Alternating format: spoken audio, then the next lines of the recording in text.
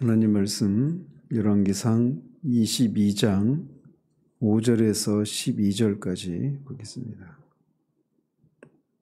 열왕기상 22장 5절에서 12절까지 좀 길긴 한데 같이 읽겠습니다. 여호사밧이 또 이스라엘의 왕에게 이르되 청하건대 먼저 여호와의 말씀이 어떠하신지 물어보소서. 이스라엘의 왕이 이에 선지자 400명쯤 모으고 그들에게 이르되 내가 길랏 라못에 가서 싸우랴 말랴. 그들이 이르되 올라가소서. 주께서 그 성읍을 왕의 손에 넘기시리이다. 여호사밧이 이르되 이 이외에 우리가 물을 만한 여호와의 선지자가 여기 있지 아니하니이까. 이스라엘의 왕이 여호사밧 왕에게 이르되 아직도 이물라의 아들 미가야 한 사람이 있으니 그로 말미암아 여호와께 물을 수 있으나 그는 내게 대하여 길한 일은 예언하지 아니하고 흉한 일만 예언하기로 내가 그를 미워하나이다. 여호사밧이 이르되 왕은 그런 말씀을 마소서. 이스라엘의 왕이 한 내시를 불러 이르되 이물라의 아들 미가야를 속히 오게 하라 하니라. 이스라엘의 왕과 유다의 여호사밧 왕이 왕복을 입고 사마리아 성문 어귀 광장에서 자기 왕자에 앉아 있고 모든 선지자가 그들의 앞에서 예언을 하고 있는데 그나아나의 아들 시드기야는 자기를 위하여 철로 뿔들을 만들어 가지고 말하되 여호와의 말씀이 왕이 이것들로 아람 사람을 찔러 진멸하리라 하셨다 하고 모든 선지자도 그와 같이 예언하여 이르기를 길랏 라못으로 올라가 승리를 얻으소서. 여호와께서 그 성읍을 왕의 손에 넘기시리이다 하더라. 아멘. 지난주에는 아람이 점령하고 있는 이 길랏 라못을 수복하기 위한 전쟁을 하자는 제안에 여호사밧이 동의한 것까지 살펴봤습니다. 이 아합의 제안에 동의한 여호사밧은 아합에게 전쟁에 앞서서 여호와의 말씀이 어떠하신지 물어보자라고 청합니다. 이 청을 원문의 뉘앙스를 살려서 다시 번역하면 청하건대 당신은 지금 당장 여호와의 말씀을 잘 찾아 구하소서 이렇게 청을 한 것입니다. 즉 여호와의 말씀을 피상적으로 들으라는 것이 아니라 어떤 것이 참으로 하나님의 뜻인지를 열심히 추구하고 조사해서 하나님의 뜻이 무엇인지를 분별하게 하소서라고 하는 그런 의미가 담겨 있습니다. 이것은 여호사밧이 어떤 사람인가 하나님을 경외하는 그런 경건한 왕이었다라고 하는 것을 보여주고 있는 겁니다. 역대 하에도 이제 이런 여호사밧의 범사에 하나님의 뜻을 구하는 이런 태도들을 이제 보여주고 있는데 이런 모습 속에서 우리가 하나님의 뜻이 무엇인가를 묻고 그렇게 우리의 발걸음을 행해야 된다라고 하는 이런 교훈을 받게 되는 겁니다.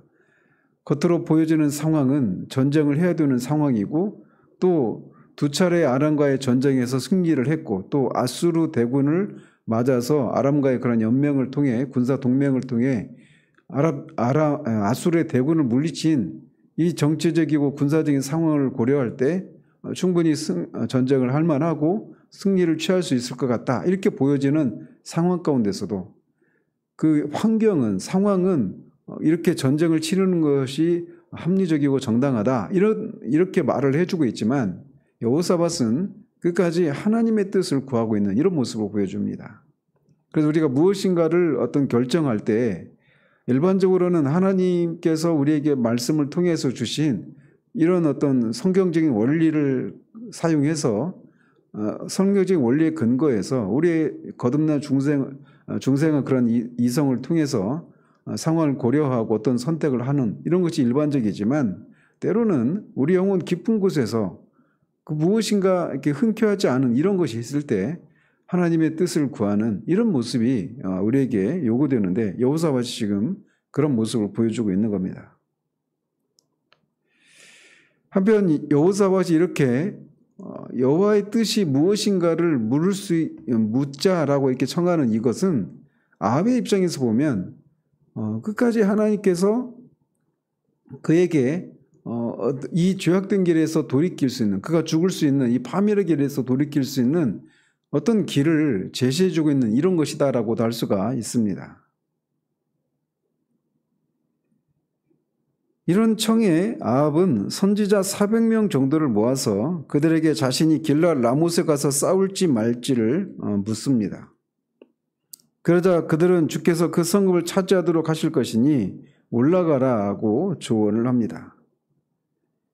이 400명의 선지자들이 누구인가는 정확하게 나와 있지 않지만 최소한 앞에 그 18장에서 갈멜산에서 있었던 그 바알의 선지자들은 아니었었던 것으로 보여집니다. 그래서 그 바알의 선지자들을 대체할 수 있는 그런 정도의 숫자의 이 자칭 여호와의 선지자라고 말하는 그런 그런 선지자들이라고 할 수가 있습니다. 그들은 이렇게 말할 수 있는 것은 이 400명의 무리 속에 한 명인 시드기야라고 하는 이 자칭 선지자가 24절에 보면 여호와의 영이 어디서 나를 떠나서 미가야 너한테 가느냐 이런 말을 하는 게 나오거든요, 뒤에. 그래서 여호와의 영을 빙자하는 걸 보면 여호와의 선지자라고 이렇게 빙자하고 있는 이 정치 권력 주변에 머무르고 있는 선지자라고 보여집니다. 따라서 이 열왕기서 저자는 의도적으로 이들을 여호와의 선지자들 이렇게 말하지 않고 단순히 선지자 이렇게 표현하고 있는 것을 볼 수 있습니다. 한편 이렇게 아합이 선지자들, 그러니까 오늘날의 그런 관변단체에 해당되는 그런 사람들이라고 할 수 있겠죠. 이런 관변 선지자들을 일시에 400명이나 소집한 사실은 아합이 하나님의 뜻을 따르는 데는 전혀 관심이 없고 그저 하나님의 뜻을 따른다라고 하는 어떤 정치적인 종교적인 구색을 갖추어서 이들을 소집한 것으로 우리가 볼 수가 있습니다. 뿐만 아니라 이 종교를 자신의 정치적인 홍보 수단으로 사용했다라고 하는 것을 볼 수가 있습니다. 예나 지금이나 늘 이런 사람들이 있죠. 권력의 주변에 있어서 권력자들이 원하는 얘기를 해주고 또 권력자들과 그렇게 소통할 수 있는 그런 정도로 내가 유력한 사람이고 힘이 있는 사람이다. 이렇게 자기 과시를 하고자 하는 이런 거짓 선지자들에 해당되는 이런 사람들이 있죠. 오늘날에도 마찬가지입니다. 우리나라 역사도 근현대사를 보면 늘 이런 사람들이 늘 있었습니다. 권력자들이 입맛에 맞는 얘기를 해주고 또 그걸 통해서 자신도 이 권력자와 가까운 그런 위치에 있는 자신의 어떤 자신의 그런 힘을 과시하고자 하는 이런 잘못된 사람들이 늘 있어 왔습니다. 특히나 이제 이 갈멜산에서 400명의 바알 선지자들이 죽은 그 이후에 백성들이 최소한 피상적으로 여호와는 하나님이시다라고 하는 이런 고백을 하지 않았습니까? 그래서 이 백성들의 그런 시선을 완전히 무시를 할 수 없는 그런 상황에서 이제 그 똑같은 숫자의 그런 자칭 여호와의 선지자라고 말하는 그런 선지자들을 기용을 해서 그들로 하여금 이 어떤 종교적인 그런 구색을 갖추고 자신의 정치적인 이런 것을 홍보하고 그들을 통해서 지지를 받고자 하는 이런 얄팍한 그런 수단에 불과했던 것입니다. 아합은 자신의 이 전제 왕권을 비호하고 정당화해 줄 종교 집단으로서 또 자신에게 참된 하나님의 말씀을 전하는 참된 선지자들을 숫자로 제압할 수 있는 이런 사람들을 이렇게 많은 숫자의 사람들을 고용을 했던 것으로 보여집니다. 따라서 그런 성격의 선지자들로 구성된 사람들이 아합의 구미에 맞는 얘기를 해준 것은 당연한 일이라고 할 수가 있습니다. 이 400명의 선지자들의 말을 들은 여호사밧은 이 사람들 이외에 또 다른 여호와의 선지자들이 있느냐라고 묻습니다. 여호사밧은 이 400명의 선지자들이 하나같이 길랏 라못의 이 전쟁의 승리를 예언을 하는 것을 들었을지라도 그들의 문제점을 한눈에 파악하고 진실한 하나님의 말씀을 전하는 여호와께 속한 선지자를 요구했던 것입니다.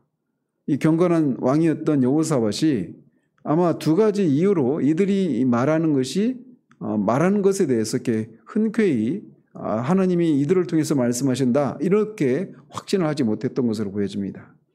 통상적으로 여호와께서 선지자를 통해서 말씀하실 때는 선지자들이 관용적인 그런 표현들이 있지 않습니까? 여호와께서 말씀하시기를, 여호와의 살아계심을 두고 맹세하거늘, 이런 식으로 앞에 나오는 엘리야나 또 익명의 선지자나 이런 사람들은 늘 그렇게 여호와께서 말씀하시기를 이런 식으로 그들이 사용하는 참 관용적인 표현이 있었는데 이들은 그런 표현을 사용하지는 않습니다. 그리고 여호와라고 하는 호칭 대신에 주께서라고 하는 이런 호칭을 사용하고 있습니다. 그래서 이런 것들을 감안하고 여호사밧은 이제 여호와의 말씀을 이 사람들 위해 다른 선지자들이 있는지 이렇게 물었던 겁니다. 그러자 아합은 아직도 이물라의 아들 미가야 선지자가 있다라고 말하면서 그를 통해서 여호와께 물을 수 있지만 그는 언제나 자신에게 길한 것은 예언하지 않고 늘 흉한 것만 예언했기 때문에 자신이 그를 미워한다라고 말을 합니다. 미가야라고 하는 이름이 여호와 같은 자가 누구냐라고 하는 이런 뜻인데 이 선지자에 대해서는 이 본문과 또 그 병행을 이루고 있는 역대하 18장에만 등장하고 있는 사람이어서 그에 대한 이 상세한 정보는 알 수가 없습니다.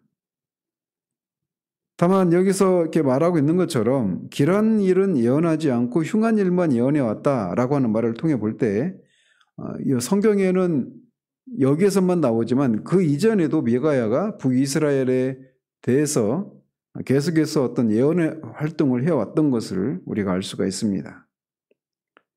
그리고 특별히 아합이 미가야를 선지자로 이해하고 있고 또 미가야가 계속해서 예언 활동을 했다라는 것, 그러면서도 아합이 미가야를 400명의 이 관변 어용 선지자들을 부를 때 그를 소집하지 않은 것으로 볼 때 그가 했던 예언은 하나님이 전하라고 하는 말씀을 이 아합이 또 이스라엘이 들어야 할 그런 메시지를 전한 참된 선지자였음을 우리가 추정할 수가 있습니다.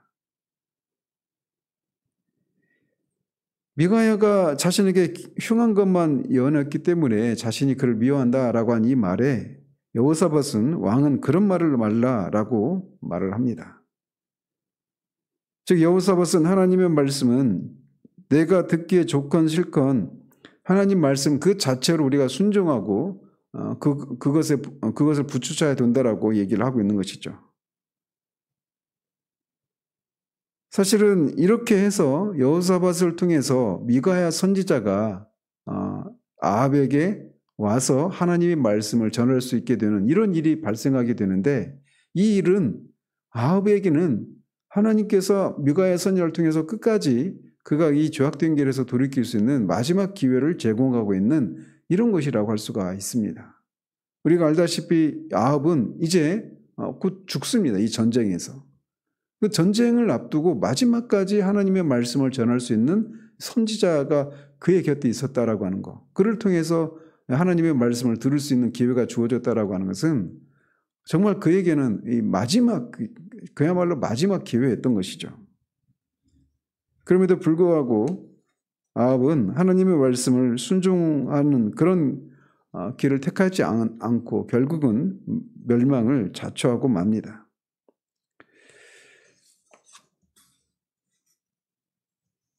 이 여호사밧의 이 말에 아합은 한 내시를 불러서 미가야 선지자를 속히 오게 합니다. 사실 아합으로서는 이 미가야 선지자를 부르고 싶은 마음이 전혀 없었습니다. 그럼에도 불구하고 군사적인 그런 도움을 받아야만 하는 여호사밧의 이 의견을 묵살할 수 없었기에 미가야를 부를 수밖에 없었던 것이죠. 아마 아합은 전쟁을 앞두고 미가야 선지자를 부르면 분명히 그가 지금까지 해왔던 것처럼 흉한 예언을 할 것이다.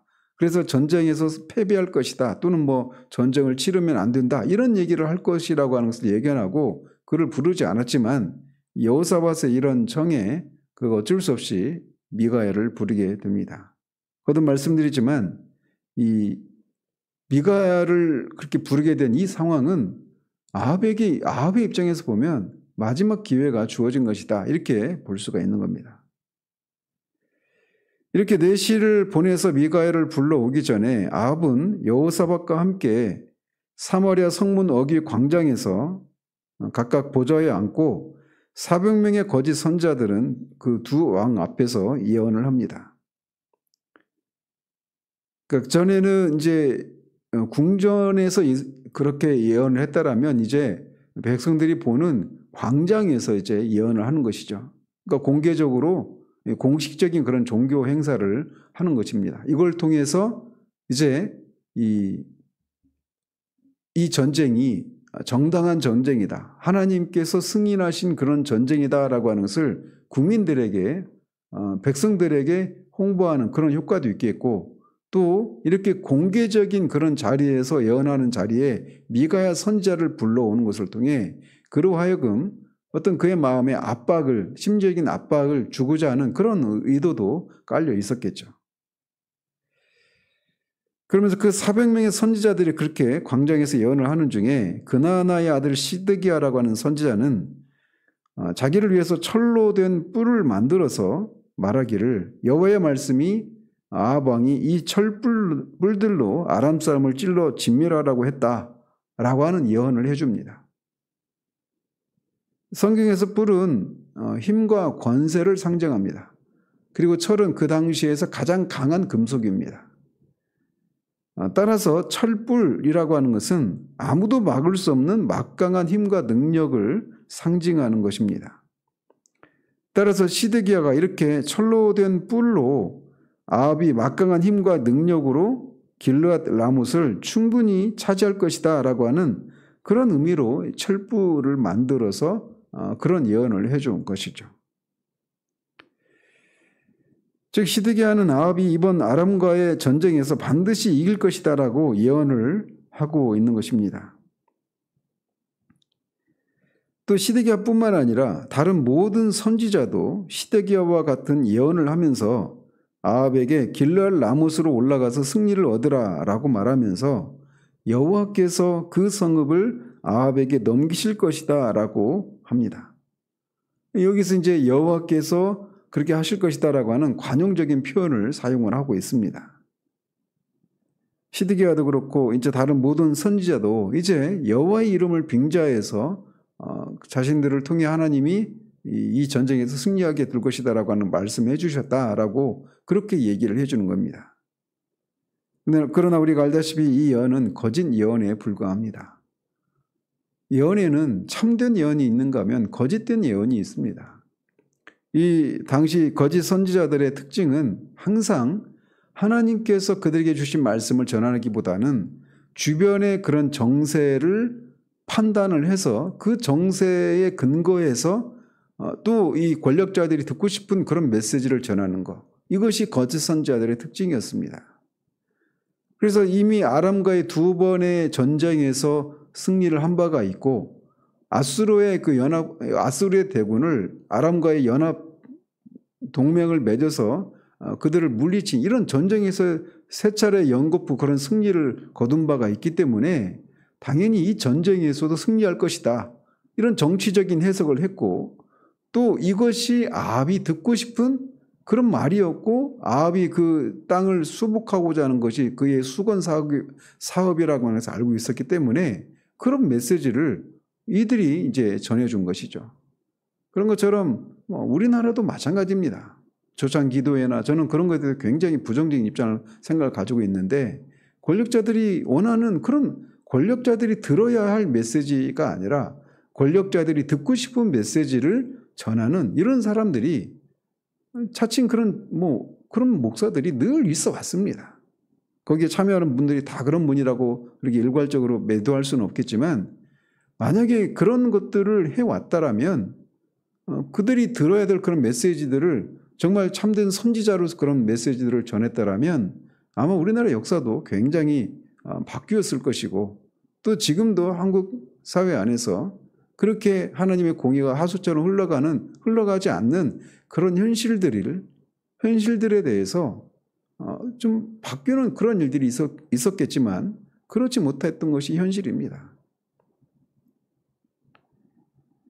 어쨌든 시드기야를 비롯한 400명의 선지자들은 길르앗 라못 정복이 아합의 수군 사업임을 알고 그가 듣고 싶은 예언을 해준 것입니다.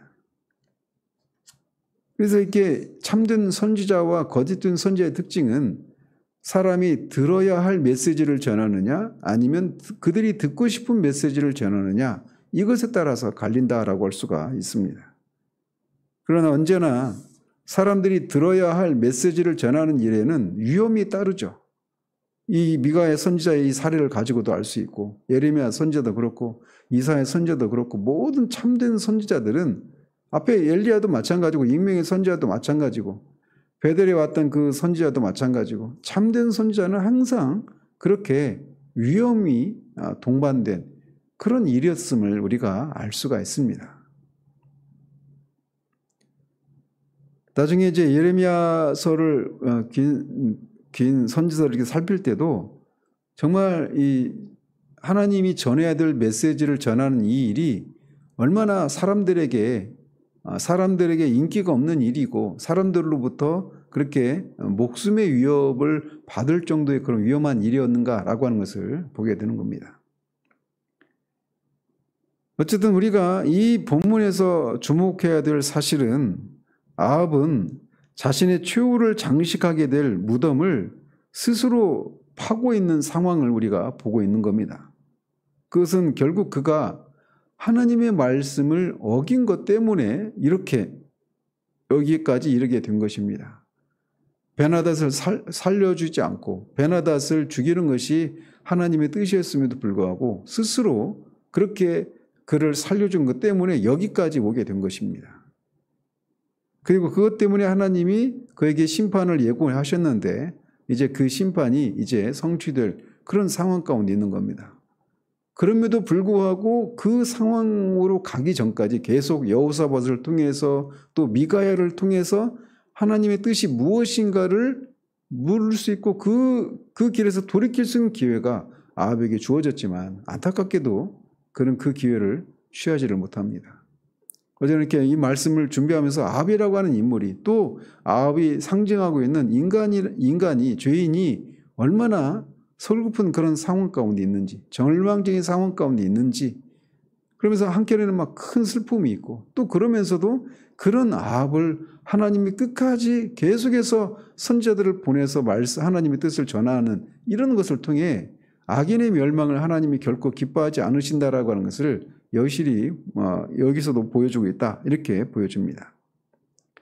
어쨌든 우리는 이 아합의 사례를 통해서 우리가 미가를 향해서 아합이 그렇게 늘 흉한 것을 자신한테 말하기 때문에 자신이 그를 미워한다 이라고 하는 이런 말을 통해서 우리가 또 기억해야 될 것은 우리가 하나님의 말씀을 들을 때 어떤 마음의 태도로 하나님의 말씀을 들어야 하는가를 다시금 교훈받게 됩니다. 우리가 하나님의 말씀을 들을 때 우리가 기억해야 될 것은 우리가 취해야 될 마음의 태도는 내가 듣고 싶은 얘기가 아니라 내가 들어야 할 메시지를 들어야 한다는 겁니다. 그게 위로의 말씀이든 아니면 경고의 말씀이든 하나님께서 내가 지금 당장 내 영혼이 들어야 될 그런 메시지를 들어야 한다라고 그런 것을 기꺼이 듣겠다라고 하는 그런 겸비함이 우리 가운데 요구되어진다라고 하는 것을 보게 됩니다. 때로는 하나님이 우리를 위로해 주시기도 하시고 때로는 죄악 가운데 있을 때는 그것에서 돌이킬 것을 경고하시기도 하시는데 우리가 늘 하나님의 말씀을 들을 때 그런 말, 듣고 싶은 메시지가 아니라 들어야 할 메시지를 들어야 된다라고 하는 그런 교훈을 이 아침에 다시금 보게 됩니다. 어쨌든 우리가 말씀을 들을 때든 또 기도 가운데든 하나님 우리에게 하시는 말씀에 대해서 기꺼이 다윗이 말했던 것처럼 하나님은 순전하시다. 하나님의 그 판단은 순전하시다라고 하는 이 겸비한 태도가 우리에게 요구되어지는 것임을 우리가 이 아침에 다시금 깊이 생각할 수 있는 기회가 되기를 바랍니다. 기도하겠습니다. 하나님 아버지, 정말 아합이라고 하는 이 북이스라엘에서 가장 악한 왕이었던 아합이 마지막까지 하나님의 말씀을 거스르며 그렇게 스스로 멸망을 자초하는 그 문턱에 이르는 그 시점까지도 하나님께서 여호사밧을 통해 또 미가엘을 통해 그에게 돌이킬 수 있는 기회를 제공하시는 이 모습을 봅니다. 그럼에도 불구하고 그렇게 스스로 무덤을 파고 있는 상황을 독려하는 이 거짓 선지자들을 또 보게 됩니다. 참으로 저희에게 들어야 할 메시지를 전해야 됨에도 불구하고 여호와의 이름을 빙자해서 그들이 듣고 싶은 얘기를 해주는 것을 통해 오히려 그들의 무덤을 더 깊이 파고 돌이킬 수 없는 그런 파멸로 이끌어가는 이 거짓 선지자들과 같은 그런 일들이 정말 얼마나 역사 가운데 또 지금도 얼마나 반복되어 나타나고 있는지요. 그런 것들을 우리가 기억하며 우리가 듣고 싶은 메시지를 전하는 사람들에게 우리의 마음을 기울이는 것이 아니라 우리가 마땅히 들어야 될 메시지를 전하는 설교자들에게 우리가 귀를 기울이고 또 그것이 우리의 마음에 우리의 기호에 맞지 않는 것이라 하더라도 그것이 우리가 마땅히 들어야 될 메시지라면 겸손히 다윗처럼 주님의 판단이 순전합니다라고 하는 그런 마음으로 말씀을 들을 수 있는 우리들 될 수 있도록 우리의 귀를 열어주시기를 원합니다. 예수 그리스도 이름으로 기도합니다. 아멘.